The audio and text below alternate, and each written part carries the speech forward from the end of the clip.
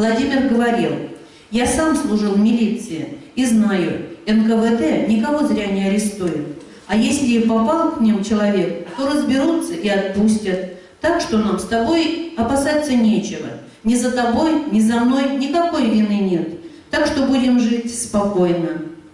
Да, вины действительно никакой не было. Вся их вина заключалась в том, что они были очень яркими, очень талантливыми, а еще родили за грамотность и образованность своего народа.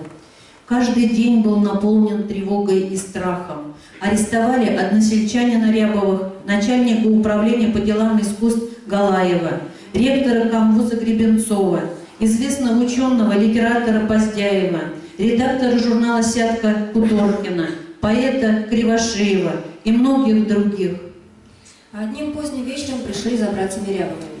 Обвинения были настолько нелепыми, что по прошествии стольких лет, читая материалы того времени, сомневаешься в здравомыслии руководства того времени. После ареста братьев Рябовых оказались арестованными и студенты Анатолия Павловича. Среди них был будущий доктор филологических наук, профессор Василий Владимирович Горбунов. Анатолий Павлович вместе с братом был расстрелян ровно через год, летом 1938 года. И за все это время к братьям применялись чудовищные пытки и побои, в результате которых Анатолий Павлович сошел с ума. И на расстрел его вел брат, бережно обнимая. Необходимо здесь привести слова племянницы Анатолия Павловича Элеоноры Тимофеевны Васильевой-Кузнецовой. «Я обращалась к мордовской интеллигенции с просьбой о проведении столетия с первого мордовского профессора Анатолия Павловича Рябова. В ответ – молчание. А ведь это уже не мне нужно, это нужно для мордовской культуры». А в недавнем прошлом директор Национальной библиотеки имени Александра Сергеевича Пушкина, кандидат исторических наук, доцент, председатель общества Мустарова Николай Иванович Чиняев высказался так: «Полагаю, что МГУ совместно с Педагогическим институтом и Научно-исследовательским институтом языка, литературы, истории и экономики создадут организационный комитет по подготовке и проведению юбилея Анатолия Павловича Рябова.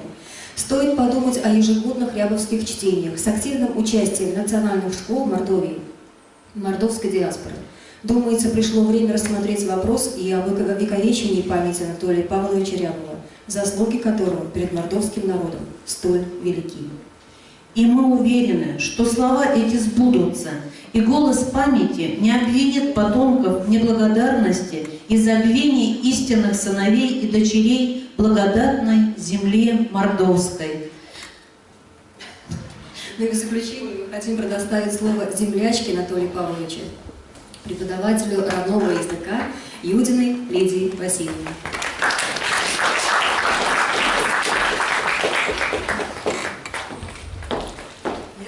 Я являюсь землячкой Анатолия Павловича Рябова.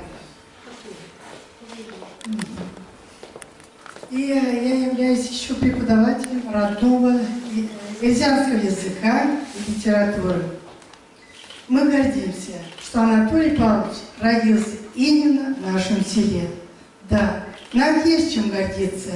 Выше уже было сказано, нет такого года, чтобы мы не проводили открытые мероприятия или не встречали гостей. Это и Лауреон Яушев, и Пранчатов, Шумилкин, Горбунова, Галаев. Ну, столько у нас военных, это всех не перечислить. Мы гордимся, но особенно гордимся и чтим память Анатолия Павловича Рябова. Ежегодно 16 апреля мы проводим большое открытое мероприятие. Любой может приехать в этот день. Всегда распахнуты двери для всех. С 2011 года нам во всем этом помогала по 14 год, в течение 5 лет, Элеонора Тимофеевна Васильева. Она все время приезжала, мы встречались и с писателями, и с знатными людьми, и с языковедами, но с теми людьми, которые связаны с сохранением нашего любимого эльзянского языка. И я хочу, чтобы это продолжилось. И мне хочется сказать еще вот что. Вот он родился на улице по-нашему Десьмапля. Но по желанию там сельчан, районного совета, улица была еще названа Комсомольской. Почему? Потому что вся семья Рябовых были первыми комсомольцами не только в селе, но и в районе. Хотя он и окончил духовное, но это одно. И до сих пор эта улица называется Комсомольская. И так как уже здесь Анжелика Владимировна говорила, что 1,5 десятка педагогов было в этой семье. И так, когда ему было 18 лет, умер отец. Ему пришлось оставить это нижегородскую духовную семинарию и поступить в город Межин, это на Украине. Но он выдержал эти экзамены и после, хотя он работал в разных местах, но ежегодно он приезжал на свою малую родину. И когда приезжал, все съезжались наши знаменитости. Это, в частности, председатель ЦИКа при правительстве в Москве Горбунов. Это Галаев, который был, мы знаем, директором. Но особенно был большим праздником, когда приезжал Илларион Максимович Явуша. Это был настоящий праздник в селе. И вот почему они приезжают только летом? Потому что были, да, все педагогами. Они хотели во всем помочь. Мать держала скотину. Был большой огород. Ну, тогда 25 соток положено было. Но так как их семья была многодетная, 3 братья, и, значит, и вот 3 сестры. Но со временем все это, площадь сохранилась. И они каждый раз приезжали и обрабатывали. И вот мы чтим, храним память об Анатолии Павловиче Рябове.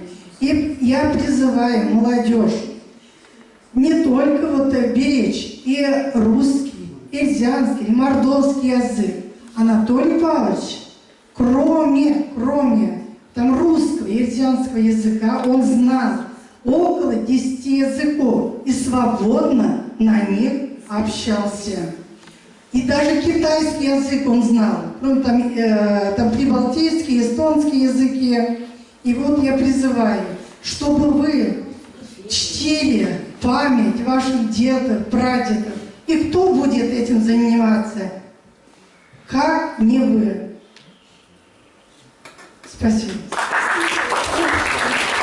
Спасибо большое. А теперь слово предоставляем народному фольклорно-этнографическому ансамблю «Ламзой».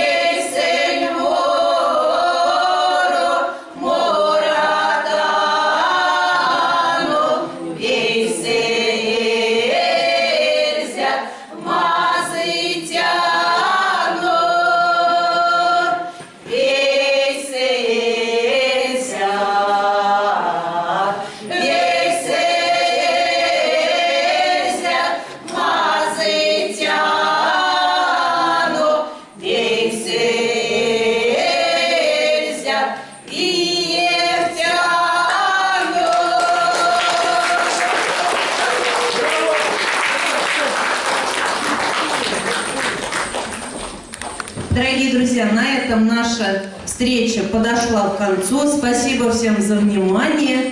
Мы будем чтить имя Анатолия Павловича Рябова. До новых встреч. Всего доброго. Теперь давайте сделаем общую фотографию на память. Никто не против?